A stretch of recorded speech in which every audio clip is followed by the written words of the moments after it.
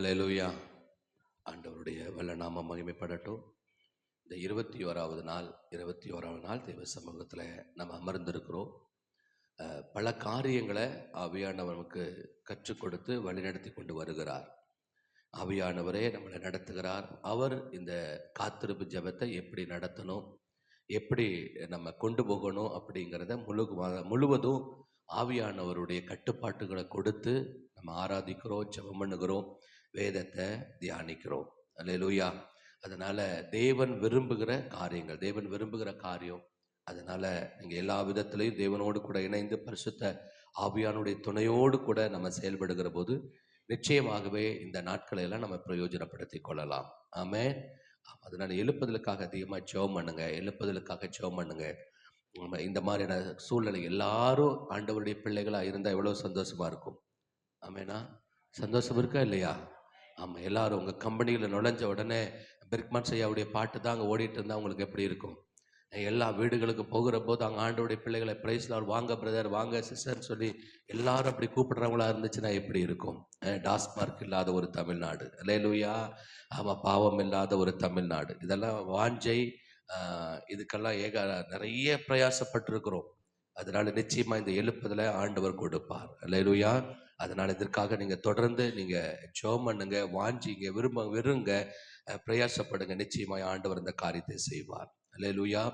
ஆமா, ஒவ்வொரு நாளும் நம்ம ஜெபிக்கிற ஜெபம், நமக்கு ஆவியான வெளிப்படுத்துகிற காரியங்கள், இது எல்லாத்தையும் அப்படியே இந்த ஜெபம் முடிஞ்ச உடனே அப்படியே விட்டுறக்கூடாது. அதை நம்முடைய வாழ்க்கையில நடைமுறையாய் மாற்றணும். ஆமென். சரி, நேற்றைய தினத்துல நம்ம இந்த தொடர்ச்சியா நம்ம பரிசுத்த ஆவியானவரை குறித்தும் அவருடைய ஆளுமையை குறித்தும், அவர் பரிசுத்த ஆவியா நமக்குள்ள இருந்துச்சுன்னா நமக்கு கிடைக்கிற ஆசீர்வாதங்கள் என்ன அப்படிங்கிற காரியங்கள் எல்லாம் குறித்து நம்ம அறிந்து கொண்டு வருகிறோம், நம்ம தியானித்து கொண்டு வருகிறோம். அது நிச்சயமா மிகுந்த பிரயோஜனமா இருக்குது. நேற்றைய தினத்துல நம்ம பார்த்தோம், வேறே மனிதனாக மாறுவதற்கு ரட்சிக்கப்பட்டவளாய் இருக்கிற நம்ம ஒரு வேறு பிரிக்கப்பட்ட வாழ்க்கையை நம்ம வாழ்ந்தே ஆகணும். நேற்று ஆவியானவர் அழகா நம்மளுக்கு சொல்லி கொடுத்துட்டார்.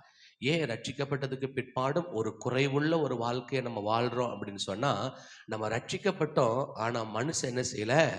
மாறல. அப்படி இருக்கிற போது ஆண்டவர் ஒரு நாள் என்ன செய்ய முடியாது? ஆசீர்வதிக்க முடியாது. முழுவதுமாக என்ன செய்யணும்? நம்ம மாற்றப்பட வேண்டியது அவசியம். அதனால் ரட்சிக்கப்பட்டுட்டேன், என் பேர் மாறிடுச்சு, என்னுடைய அடையாளங்கள் மாறிடுச்சு. கைகளில் வேற எதையோ சுமந்துட்டு இருந்தேன், இப்போ வேதாகமத்தை சுமக்கிறேன். அந்த அடையாளங்களினால ஆண்டவர் ஒன்றும் செய்ய முடியாது. உள்ளான மனிதன் மாற்றியே ஆக வேண்டும். அல்லேலூயா. ஆமாம். ஏன்னா நம்ம ரட்சிக்கப்பட்டு ஞானஸ்தானம் எடுத்து நம்ம ரட்சிக்கப்பட்டதனுடைய அடையாளம் என்னன்னா, நான் பாவத்துக்கு என்ன செய்திருக்கிறேன்? மரித்திருக்கிறேன். எப்படி மரித்த ஒரு மனிதன் இந்த உலகத்துல இனி எப்படி அதாவது செயல்பட முடியாதோ, அதே போல இந்த உலக பிரகாரமான காரியத்துக்கு நம்ம என்ன செய்ய முடியாது? செயல்பட முடியாது. நம்ம கிறிஸ்துவனுடைய சாயலில நம்ம உயிர்ப்பிக்கப்பட்டிருக்கிறோம். எப்படி இயேசு அதாவது பூமியில மனுஷனா இருக்கிற போது மனிதர்களைப் போல எல்லா காரியத்தையும் செய்தார். ஆனா அவர் மரித்து உயிர் தெழுந்ததுக்கு பிற்பாடு வேதம் சொல்லுகிறது, அவர் இந்த உலக பிரகாரமான காரியத்துல எதுவுமே என்ன செய்யல. ஆமா, அவர் ஈடுபடவே இல்லை. முழுக்க பரலோகத்தோடு கூட கனெக்ட் ஆகி பரலோகத்துக்கு போயிச்சார் பாருங்களேன். அப்போ அப்படிப்பட்ட வாழ்க்கை தான் நம்ம ஒவ்வொருவருக்கும் ஆண்டவர் வச்சிருக்கார். ரட்சிக்கப்பட்ட உடனே இந்த உலகத்தில் இருக்கிற எதோடு கூட நமக்கு என்ன இல்லை? சம்பந்தம் கிடையாது. ஆனாலும் உலகத்துல நம்ம வாழ்ந்தாகணும். நேற்று ஒரு செய்தி, ஒரு கிளிப்பிங்கை பார்த்துட்டு இருக்கிற போது அவர் சொன்னார், அதாவது ஞானஸ்தானம் எடுத்து நம்ம ரட்சிக்கப்பட்டு ஞானஸ்தானம் எடுத்து பரிசுத்த ஆவியான அபிஷேகத்தை, ஏன்னா பைபிள் சொல்லுது, ஆவியினாலும் ஜலத்தினாலும் பிறவாவிட்டால் தேவனுடைய ராஜ்யத்தில் பிரவேசிக்கவில்லை என்று சொன்னோட அவரே ஒரு கேள்வி கேட்டார். அப்ப கள்ளன் ஆவியினால நிரப்பப்படலையே, அந்த கள்ளன் சிலுவையில ரட்சிக்கப்பட்டு இயேசுவை ஏற்றுக்கொண்டு ரட்சிக்கப்பட்டு பரலோகத்துக்கு போயிட்டாரு. அவர் ஞானஸ்தானம் எடுக்கல, அவர் பரிசுத்த ஆவியானுடைய நிறைவை பெற்றுக்கொள்ளல அப்படின்னு சொல்லிட்டு நீங்க கேள்வி கேட்கலாம் அப்படின்னு சொல்லிட்டு அவர் கேட்கிற போது அவர் பதில் சொல்றாரு. என்னன்னு சொன்னா, அந்த கள்ளன் அதுக்கப்புறமா இந்த பூமியில வாழல அப்படிங்கிறார். அந்த பூமி ரட்சிக்கப்பட்டு இயேசுவை ஏற்றுக்கொண்டதுக்கு பிற்பாடு அந்த கள்ளன் என்ன செய்யல? தன் குடும்பத்தோடு, நான் நண்பர்களோடு இந்த உலகத்துல என்ன செய்யல? வாழல. அதனால அவருக்கு ஞானஸ்தானம் பரிசுத்த ஆவியானவருடைய அந்த வல்லமையும் என்ன செய்யல? அவசியம் இல்லை. ஏன்னா ரட்சிக்கப்பட்ட உடனே மரிச்சிட்டாரு, பரலோகத்துக்கு போயிடுச்சார், அவ்வளவுதான். எதுக்காக ஞானஸ்தானப்பட்ட ஒரு வேறு பிரிக்கப்பட்ட ஒரு வாழ்க்கையும் அபிஷேகத்தையும் ஆண்டவர் கொடுக்கிறான்னா, இந்த பூமியில அவருக்காக சாட்சியா வாழணுங்கிறதுக்காக. அப்ப நம்ம ரட்சிக்கப்பட்டதுக்கு பிற்பாடு இந்த பூமியில இருக்கணும் அப்படின்னு சொன்னா நம்ம ஞானஸ்தானம் எடுத்து அதாவது அபிஷேகத்தை பெற்று நம்ம வாழ்ந்தா தான் அந்த ரட்சிப்பை காத்து கொள்ள முடியும் அப்படின்னு சொன்னார். அது ஓரளவு கொஞ்சம் ஏற்றுக்கொள்ளுகிற மாதிரியான ஒரு விடயமா இருந்துச்சு பாருங்களேன். அப்ப இந்த பூமியில இருக்கிற போது பரிசுத்த ஆவியானவர் நமக்கு அதிகமா தேவை. ஏன்னா நம்ம ஒரு வேறு பிரிக்கப்பட்ட ஒரு வாழ்க்கை வாழணும். அதுக்கப்புறம் நேற்றைய தினத்துல நம்ம பார்த்தோம், இந்த சவுல் தன் தகப்பனுடைய கழுதைகளுக்காக பல இடங்களுக்கு போய் சுற்றி பார்த்துட்டும் நாட்கள் தான் விரயமாச்சே ஒழிய கழுதை என்ன செய்ய முடியல, கண்டுபிடிக்க முடியல. ஆனா கடைசியா சாமுவேல்கிட்ட வந்து சில காரியத்தை சொல்லுகிற போது அவர் சொல்றாரு, உன் கழுதை குறித்ததான கவலை நீ உனக்கு வேண்டாம், கழுதை அகப்பட்டுச்சு அப்படின்னு சொல்லி. அப்ப அந்த கழுதையை மறைச்சு வச்சது யாரு? ஆண்டவர் தான். எப்படியாவது நீ என்ன செய்யணும், நீ அந்த சாமுவேலுடைய வீட்டுக்கு வரணும், உன் மேல வச்சிருக்க அந்த தெய்வ திட்டம் நிறைவேறணுங்கிறதுக்காகவே அவர் என்ன செஞ்சாரு, கழுதையை மறைச்சு வச்சுட்டார். அதுல நமக்கு ஒரு செய்தியை ஆண்டவர் நேற்று சொன்னாரு, நம்ம சரியான பாதையை கண்டுபிடிக்கிற வரைக்கும், நமக்குன்னு வச்சிருக்கிற அழைப்பை கண்டுபிடிக்கிற வரைக்கும், நமக்குன்னு தேவன் வச்சிருக்கிற அந்த ஆசீர்வாதத்தை கண்டுபிடிக்கிற வரைக்கும், நமக்குன்னு வச்சிருக்கிற தேவ சித்தத்தை கண்டுபிடிக்கிற வரைக்கும் நம்ம கொஞ்சம் என்ன செய்ய வேண்டியதா இருக்கு, அலைந்து கொஞ்சம் போராடி கொஞ்சம் வெயிட் பண்ண கால தாமதம் ஆகுவதற்கு வாய்ப்புகள் உண்டு. ஆனா அதை கண்டுபிடிச்சதுக்கு பிற்பாடு ஆண்டவர் வேறே மனிதனாய் மாற்றி நம்ம மேல இருக்க தேவ திட்டத்தை ஆண்டவர் செயல்படுத்துவார்னு சொல்லி நேற்றைய தினத்துல பார்த்தோம். இன்றைக்கு 1 சாமுவேலின் புஸ்தகம் 16வது அதிகாரம், 1 சாமுவேலின் புஸ்தகம் 16வது அதிகாரத்துல நம்ம ஒரு காரியங்களை நம்ம பார்க்க போகிறோம்.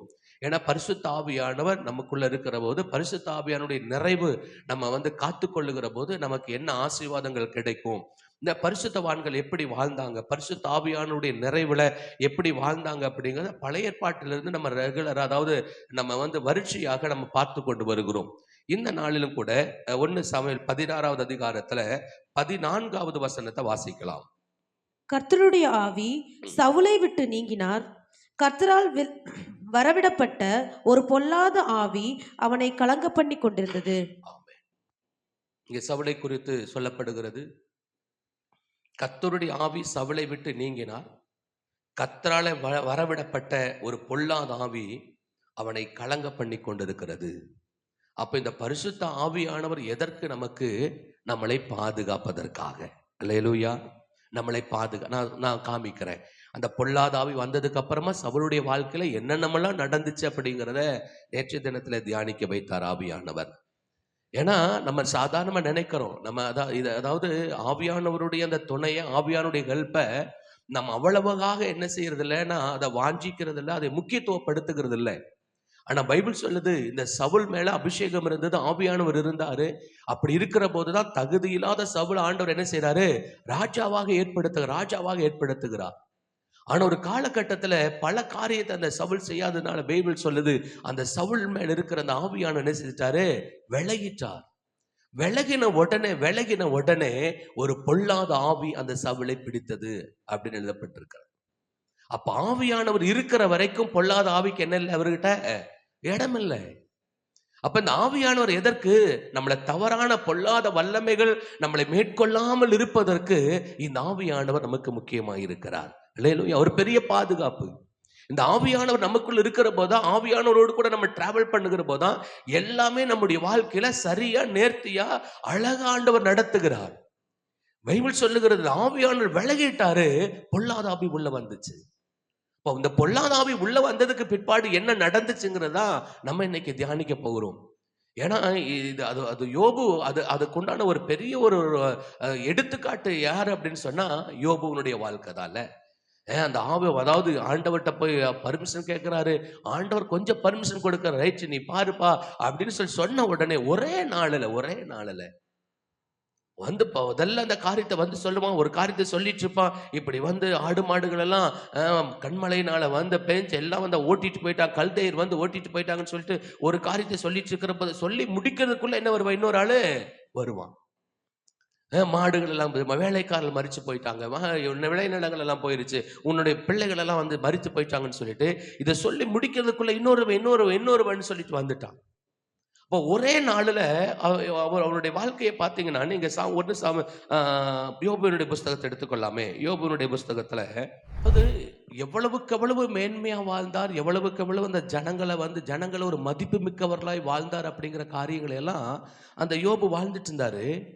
ஆனா பிசாசு சொல்றான், நீ விருதாவாகவா யோபு வந்து உங்களை பின்பற்றாரு அப்படின்னு சொல்லிட்டு அங்க சொல்லப்பட்ட காரியத்தை பார்க்கிற போது ஆண்டவருடைய வேலி, அவருடைய பாதுகாப்பு இருந்ததுனால என் பாதங்களை நான் நெய்யினால் கழுவினேன். ம், கண்மலையிலிருந்து எனக்காக எண்ணெய் நதி போல ஓடி வந்தது. ம், அந்த செல்வ நாட்களின் சீர் வந்தது.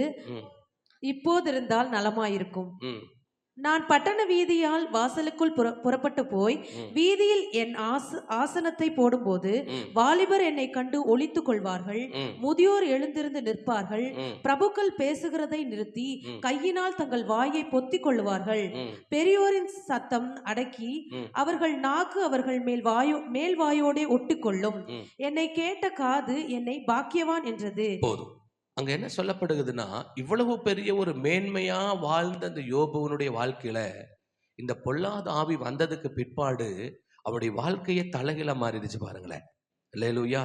இன்னும் ஒரு சிலர் மக்களை குறிச்சதெல்லாம் வந்து அவர் சொல்லுகிற போது என்ன சொல்றாருன்னா, இப்படிப்பட்ட ஜனங்கள் துன்மார்க்கமா வாழ்றாங்க. ஆனா இவங்க வாழ்கிற இவங்களுடைய தாய் தகப்பனை இப்போ இருக்கிற ஒரு கூட்டத்தை பார்த்து சொல்றாரு, இவங்களுடைய அப்பா அம்மாக்களை என்னுடைய நாயோடு கூட கூட நான் என்ன செய்யல வைக்கிறதுக்கு நான் யோசிச்சேங்கிறார்.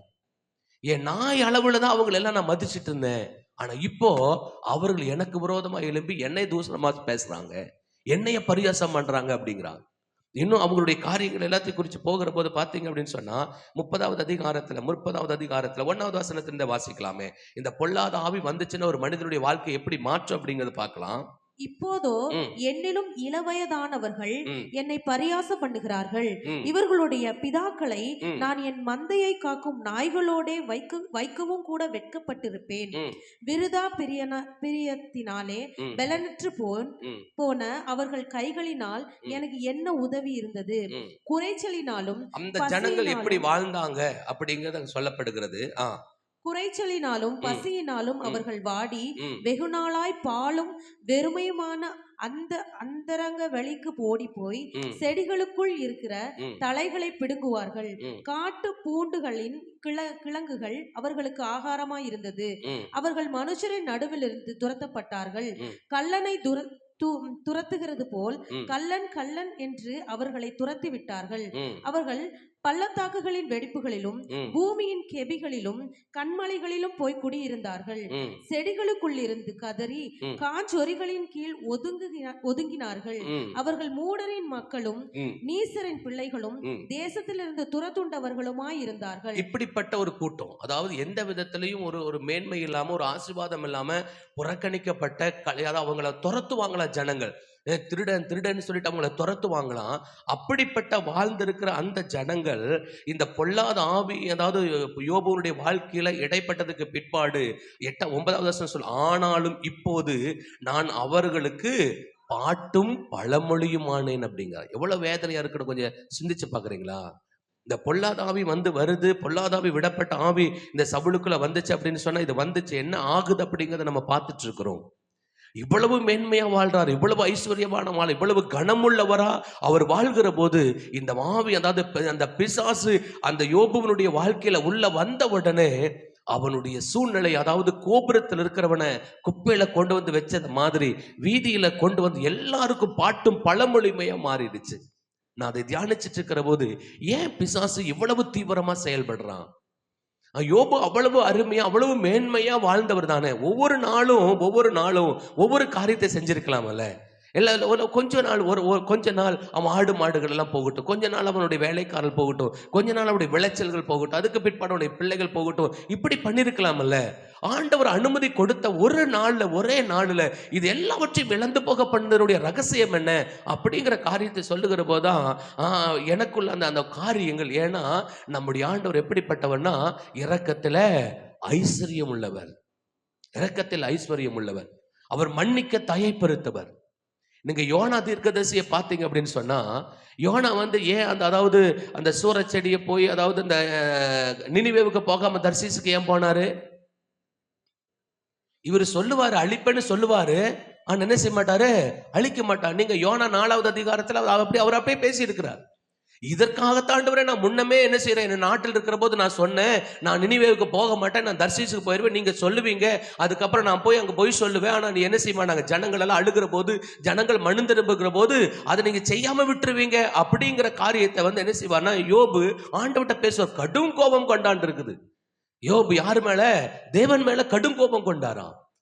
அப்ப நல்ல யோபுவுக்கு நல்லா தெரியும், என் ஆண்டவர் இரக்கத்தில ஐஸ்வர்யம் உள்ள, மன்னிக்க தயப்படுத்தவர், அவர் வந்து தீங்குக்கு மனஸ்தாபப்படுகிறவர். இதெல்லாமே யோனாவுக்கு தெரியும்.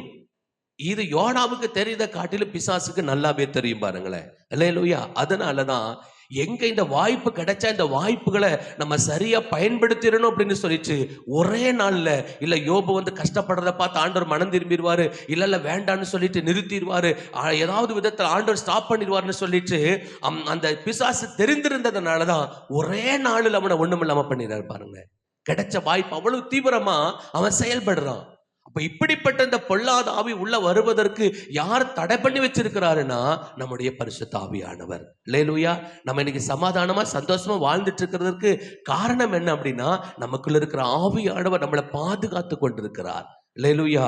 அப்ப இங்க சொல்லப்படுகிறது, சவுல் என்ன செய்கிறார்னா, அவருடைய அந்த கர்த்தருடைய ஆவி சவுலை விட்டு நீங்கினார். கர்த்தரால் வரவிடப்பட்ட ஒரு பொல்லாத ஆவி அவனை கலங்க பண்ணி இருந்தது. இந்த பொல்லாத ஆவி உள்ள வந்ததுக்கு பிற்பாடு அந்த பவுலுடைய வாழ்க்கையில ஒரு 4-5 காரியத்தை நம்ம பார்க்கலாம். 4-5 காரியத்தை நம்ம அப்படியே ரேண்டமா நான் சொல்றேன். அதுக்கு பிற்பாடு நாளைக்கு அதை டீட்டெயிலா நம்ம என்ன செய்ய போறோம்னா நம்ம பார்க்க போகிறோம். முதலாவது இந்த பொல்லாத ஆவி வந்ததுக்கு பிற்பாடு அந்த சவுலுடைய வாழ்க்கையில என்ன வந்துச்சுன்னா, முதல்ல பயம் வந்துச்சு பாருங்களேன். முதல்ல பயம். அதுக்கு முன்னால இந்த ஆவியானவர் உள்ள இருக்கிற போது எந்த பிரச்சனையும் இல்லாம அழகா அவர் டிராவல் பண்றாரு. ஆனா இந்த பொல்லாதாவி வந்ததுக்கு பிற்பாடு அந்த சவுலுக்கு என்ன வந்துச்சுன்னா, ஒரு பெரிய பயம் வந்துருச்சு. என்னைய விட தாவீது என்ன செய்யறாங்க, ஜனங்கள் உயர்த்துறாங்களே, என்னுடைய ராஜ்யபாரம் போயிருமா, இப்ப இன்னைக்கு போய் எனக்கு முன்னாலேயே அவர் வாக்கு கொடுத்துட்டார், உன்னுடைய ராஜ்யபாரம் போயிரும்னு சொல்லிச்சு. ஆனாலும் ஒரு பயம், அது வரைக்கும் இல்லாத பயம் இந்த பொல்லாத ஆவி சவுளை ஆட்கொள்ள செய்கிற போது முதலாவது அவருக்கு வருகிறது பயம். இரண்டாவது, நன்மைக்கு தீமை செய்கிற அந்த இருதயம். தாவீது அந்த வீணைகளை வீட்டுகிற போது, அந்த தாவீது அதாவது அந்த வீணையை வாசிக்கிற போதுதான் என்ன நடக்குது அப்படின்னா, அந்த சவுலுக்குள் இருக்கிற பொல்லாத ஆவி விலகுது. அப்ப அவனை வந்து காப்பாற்றுவதற்கும் அவனை விடுதலையாக்குவதற்கும் தான் இந்த தாவீது உள்ள போய் வீணையை வாசிச்சு அவருக்கு உதவியா இருக்கிறாரு. ஆனா அந்த தாவீதையே பலமுறை என்ன செய்யறாரு, ஈட்டியில குத்தி போட பார்க்கிறார். அப்ப இந்த பொல்லாத ஆவி நமக்குள்ள வருகிற போது, நன்மை செய்கிறவர்களுக்கு நன்மை அல்ல, நன்மை செய்கிறவர்களுக்கு தீமை செய்கிற அந்த இருதயம் வந்துருச்சு. இப்போ அடுத்தது மூன்றாவது சமாதானம் இல்லை. நல்லா சாப்பிட முடியல. நீங்க நினைக்கிறீங்க ஏதோ பரிசுத்த ஆவியானவர் அப்படின்னு சொன்னா ஏதோ ஆலயத்துல பலமுறை ஒவ்வொரு காரியத்திலும் ஆவியானதை ஞாபகப்படுத்துற பாருங்களேன். பரிசுத்த ஆவியானவர்ங்கிறத ஞாயிற்றுக்கிழமை ஆராதனையில மட்டும் நம்மளோடு கூட இருக்கிறவர்னு ஜனங்கள் நினைச்சிட வேண்டாம். ஏதோ ஜெபம் பண்ணும் போது மாத்திரம் அவர் உதவி செய்வார்னு நினைச்சிட வேண்டாம். ஆராதனையில பாட்டு பாடுகிற போது அந்நிய பாஷை பேசுறதுக்கு மாத்திரமல்ல ஆவியானவர் நம்மளை பயம் இல்லாம நடத்துவதற்கு ஆவியானவர் தேவையாயிருக்கிறார். ஆமா, நன்மைக்கு தீமை செய்யாதபடிக்கு, நன்மைக்கு நன்மை செய்வதற்கு, நல்ல குணத்தோடு கூட நம்மளை வாழ வைப்பதற்கு ஆவியானவர் நமக்கு தேவையா இருக்கிறார். மூன்றாவது, சமாதானம் இல்லை. சரியா சாப்பிட முடியல அவருக்கு. சதா என்னதான் நினைச்சிட்டு இருக்கிறானா, இந்த தாவீது ஆளுகை செய்வாரோ, நம்முடைய ராஜ்யபாரம் போயிருமோ, நம்ம அவ்வளவுதானா, இனி நம்ம இந்த மேன்மையான வாழ்க்கை வாழ முடியாதா, இனி எப்படிப்பட்ட யுத்தம் வரும்னு தெரியாதே, எப்படி நாம் மறிச்சு போவேன்னு, இதேதான் சிந்தனையா இருந்துச்சு பாருங்களேன். இந்த ஆவியானவர் உள்ள இருக்கிற போது இப்படிப்பட்ட சிந்தனையே கிடையாது. ஆனா இந்த ஆவியானவர் வெளியே போயிட்டு புல்லாத ஆவி அவனை ஆளுகை செய்கிற போது சமாதானம் இல்லை வாழ்க்கையில. பயந்துட்டே இருக்கிறான். எப்ப ராஜ்யபாரம் போகணும்னு தெரியாது, எப்ப யுத்தம் வரும்னு தெரியாது, எப்ப தோத்து போகணும்னு தெரியாது, எப்ப இந்த மேன்மை விலகணும் தெரியாதுன்னு சொல்லிட்டு சதா எல்லா விதத்திலையும் சமாதானம் இல்லாதபடி வாழ்ந்தான் அந்த பொல்லாதாவி வந்ததுக்கு பிற்பாடு. அடுத்தது பழி வாங்குகிற எண்ணம். தன்னை காப்பாற்று தன்னுடைய ஒரு தாவீது நம்மோடு கூட தான் இருக்கிறாரு. அவர் இருக்கிற போது பார்த்தீங்கன்னா ஏகப்பட்ட ஆசீர்வாதங்கள் சவுலுக்கு நடந்தது. சவுல் செய்ய வேண்டிய காரியத்தை எல்லாம் தாவீது போய் செய்துட்டு அவ்வளவு தன் ராஜ்யத்துக்கு பெருமை சேர்த்து கொண்டிருக்கிற தாவீது. ஆனா இவர் அந்த பொல்லாத ஆவி உள்ள வந்ததுனால பழி வாங்குகிற எண்ணம் இவருக்கு வருகிறது. பழி வாங்குகிற எண்ணம். நான் சீக்கிரமா போக ஒன்னொன்னு நாளைக்கு அந்த காரியம் பார்ப்பேன். கடைசியா அஞ்சாவது காரியம் கீழ்ப்படியாமை. இந்த பொல்லாத ஆவி உள்ள வந்ததுனால ஆண்டவர், அதாவது சாமுவேல் சொல்லுகிறார், நீ கழுதையை தேடி போயிட்டு இருக்கிற போது உன்னை என்னன்னு செஞ்சாரு ஆண்டவர், உன்னை அழைச்சி இஸ்ரவேல் மேல ராஜாவாக்குனாரு, அந்த நன்றி கடன் கூட உனக்கு இல்லையா அப்படிங்கிற மாதிரியெல்லாம் இருக்கிற. ஏன் நன்றி கடன் இல்லாம போச்சுன்னா, இப்ப இருக்கிற ஆவி வேற ஆவி. அல்லேலூயா. கீழ்ப்படி, ஆண்டவருக்கு கீழ்ப்படிய மனசு இல்லை. ஆண்டவர் சொல்ல, அமிலேக்கிற போய் ஒன்றுமில்லாதபடிக்கு எல்லாத்தையும் நிர்மூலம் பண்ணி அங்க இருக்கிறவங்களெல்லாம் கொலை செஞ்சிருப்பா, ஏன்னா அவங்கள நான் அருவருக்கிறேன் அப்படின்னு சொல்லி இருந்து கூட இந்த இந்த ஜனங்கள் என்ன செஞ்சாங்க, அதனுடைய கொள்ளை உடைமை என்ன செஞ்சாங்க, அதாவது கொழுமையான ஆடுகளையும் மாடுகளையும் தங்களுக்கு சொல்லி பிடித்து கொண்டு அந்த ராஜாக்களை உயிரோடு கூட என்ன செஞ்சாரு, கூட்டிட்டு வந்துட்டார். இதெல்லாம் ஆண்டவருக்கு பிரியமே கிடையாது. பைபிள் தெளிவாய் சொல்லுகிறது. இன்னொரு வசனத்தை வாசிச்சல் அந்த காரியங்கள்ல 1 சாமுவேல் 15வது அதிகாரத்துல 1 சாமுவேல் 15வது அதிகாரத்துல 22வது வசனத்துல அங்க ஆண்டவர் சொல்லி வச்சிருக்கிறார் பாருங்களேன். 1 சாமுவேல் 15வது அதிகாரத்துல 22வது வசனத்தை வாசிக்கலாம். அதற்கு சாமுவேல், கர்த்தருடைய சத்தத்துக்கு கீழ்ப்படுகிறதை பார்க்கிலும் சர்வாங்க தகன பலிகளும் கர்த்தருக்கு பிரியமாய் இருக்குமோ, பலியை பார்க்கலும் கீழ்ப்படிதலும் ஆட்டுக்கடாக்களின் நினத்தை பார்க்கலும் செவி கொடுத்தலும் உத்தமம். அங்க என்ன சொல்றாருன்னா, அதாவது நீ என்னமோ சொல்ற, நீ என்னமோ சாதிச்சுட்ட அப்படின்னு சொல்லிட்டு, ஆனா நான் என்ன சொன்னேன், அமலேக்கிற ஒண்ணும் இல்லாதபடிக்கு எல்லாத்தையும் முறியடின்னு சொன்னேன். ஆனா நீ என்ன செஞ்ச, கொழுமையானவில் அதுவும் எனக்கு ஆராதனை செய்வதற்கு, எனக்கு பலி செலுத்துவதுன்னு சொல்லிட்டு என்னையும் கூட்டு சேர்த்துட்ட பாரு நீயே. அதான் சொல்றாரு, பலியை, அதாவது கீழ்ப்படிதலை பார்க்கிலும் நீ என்ன செய்த ஆண்டவருக்கு, அதற்கு கர்த்தருடைய எத்தனாவது வசனம், 22வது வசனம், அதற்கு சாமுவேல், கர்த்தருடைய சத்தத்திற்கு கீழ்ப்படுகிறதை பார்க்கிலும் சர்வாங்க தகனங்களும் பலிகளும் கர்த்தருக்கு பிரியமா இருக்குமோ. அப்ப ஆண்டவருக்கு கீழ்ப்படியாத அந்த இருதயம் எப்ப வருதுன்னா, ஆவியானவர் இல்லாத போதுதான் வருது. இப்ப நம்ம நல்லா அனலைஸ் பண்ண, நம்மளை வச்சது நாளைக்கு அந்த காரியத்தை பார்ப்போம். அடுத்தது பின்மாற்றம். இந்த பொல்லாத ஆவி சவுலை ஆளுகை செய்கிற போது அடுத்து என்ன வருதுன்னா, பின்மாற்றம் வருது. இவர் தான் சூனியக்காரர்களையும் குறி சொல்லுகிறவர் எல்லாரையும் எல்லாத்தையும் நிர்மூலம் பண்ணி யாருமே தேசத்துல இருக்கக்கூடாதுன்னு சொல்லிட்டு கட்டளையிட்டவர் இவர் தான்.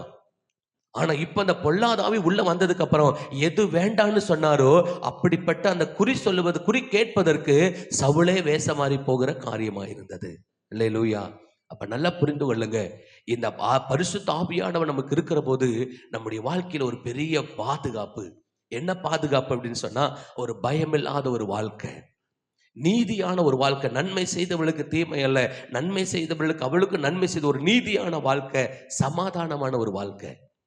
நீங்க நல்லா பாருங்க, அதாவது பரிசுத்த ஆவியா நமக்குள்ள இருக்கிறதுனாலதான் இவ்வளவு சமாதானமா நம்ம வாழ்ந்து கொண்டிருக்கிறோம்.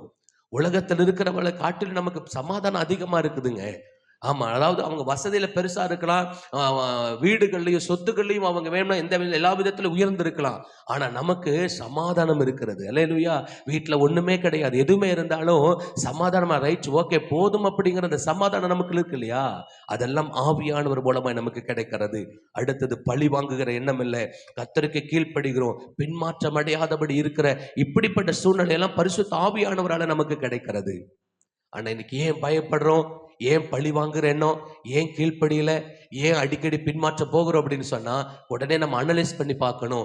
ஆவியானவர் என்னை விட்டு விலகிட்டு பொல்லாத ஆவியில நான் ஆளுகை செய்யப்பட்டிருக்கிறேன், அதனாலதான் இப்படிப்பட்ட இந்த குணநலங்கள் எல்லாம் எனக்குள்ள ஆப்ரேட் ஆகுது அப்படிங்கிறத நம்ம புரிந்து கொள்ள முடியும். அல்லேலூயா. அதனால பரிசுத்த ஆவியானவருங்கிறது அது ஆராதனையில ஒரு கிறிஸ்தவர்களை நம்ம அடையாளப்படுத்திக் கொள்வதற்காக அல்ல, நம்முடைய வாழ்க்கையில முழுமையான ஆசீர்வாதத்தை பெற்று வாழ்வதற்கு இந்த பரிசுத்த ஆவியானவர் தேவையா இருக்கிறார். அல்லேலூயா. ஏன்னா அந்த ஆவி இருக்கிற போது, இந்த கர்த்தருடைய ஆவியானவர் சவுலோடு கூட இருக்கிற போது தகுதியில்லாத ஒரு நபரை ஆண்டவர் மேன்மையான ராஜாவாக உயர்த்தி வைக்கிற அந்த ஒரு மேன்மை கிடைச்சிருச்சு. ஆனா அந்த ஆவி போய், பொல்லாத ஆவி அவனை ஆட்கொள்ளுகிற போது அவனுடைய வாழ்க்கையில எல்லாம் தாறுமாறா போயிருச்சு பாருங்களேன். அப்ப ஆவியானவர் இதற்கு பயம் இல்லாம வாழ்வதற்காக, தேவனுக்கு சொல்லுகிற காரியத்துக்கு கீழ்ப்படிந்து வாழ்வதற்காக, பின்மாற்றம் இல்லாம வாழ்வதற்காக, சமாதானமாய் வாழ்வதற்காக இந்த பரிசுத்த ஆவியானவர் நமக்கு தேவையாயிருக்கிறார். அல்லேலூயா. அப்ப ஒவ்வொரு நாளும் இந்த ஆவியானவரோடு கூட நம்ம டிராவல் பண்ணணும்னு விரும்புகிறார். சமாதானமான ஒரு வாழ்க்கை நமக்கு வேணுமா, சந்தோஷமான வாழ்க்கை, பின்மாற்றம் இல்லாத ஒரு வாழ்க்கை வேணும்னாலும் ஆவியானவருடைய துணை நமக்கு அதிகமாய் தேவைப்படுகிறது. அல்லேலூயா. இது ஒவ்வொரு நாளும் ஒவ்வொரு காரியத்தை கற்றுக்கொள்ளுகிறோம். ஆனா எத்தனை பேர் நீங்க போய் ஆவியானவரை இந்த இந்த ஆவியானவர் எனக்கு தேவை, என்னை விட்டு விலகிராதீங்க, என்ற பொல்லாத ஆவி என்னை ஆளுகை செய்வதற்கு விட்டுறாதீங்க, எனக்கு ஒரு பெரிய பாதுகாப்பு வேணும்னு சொல்லிட்டு ஆவியானுட்டு எத்தனை பேர் நீங்க ஜெபம் பண்ணி அவருடைய நீங்க இன்னும் அதிகமாக அவருக்குள்ள நீங்க பலப்படுறீங்கன்னு எனக்கு தெரியல. இங்க கற்றுக்கொள்ளுகிறது மாத்திரமல்ல, நம்ம யூடியூப்ல இந்த காரியங்கள் வருது, மறுபடியும் அதை போட்டு பார்த்துட்டு இன்னைக்கு என்ன சொல்லப்பட்டிருக்குதுங்கிற காரியத்தை உங்க ஜெபமாய் மாற்றணும். இன்னைக்கு கொடுக்கப்பட்ட காரியம் எனக்கு ஒரு பெரிய பாதுகாப்பு, இந்த பாதுகாக்கப்பட்ட ஆவியானவரை என் வாழ்க்கையில இன்னும் அதிகமா நான் பெற்றுக்கொள்ளணும்னு சொல்லி வாஞ்சிச்சீங்கன்னா இந்த நன்மையை நம்முடைய வாழ்க்கையில பெற்றுக்கொள்ளலாம். அல்லேலூயா. அப்படியே கண்களை மூடலாம், ஜெபிக்கலாம்.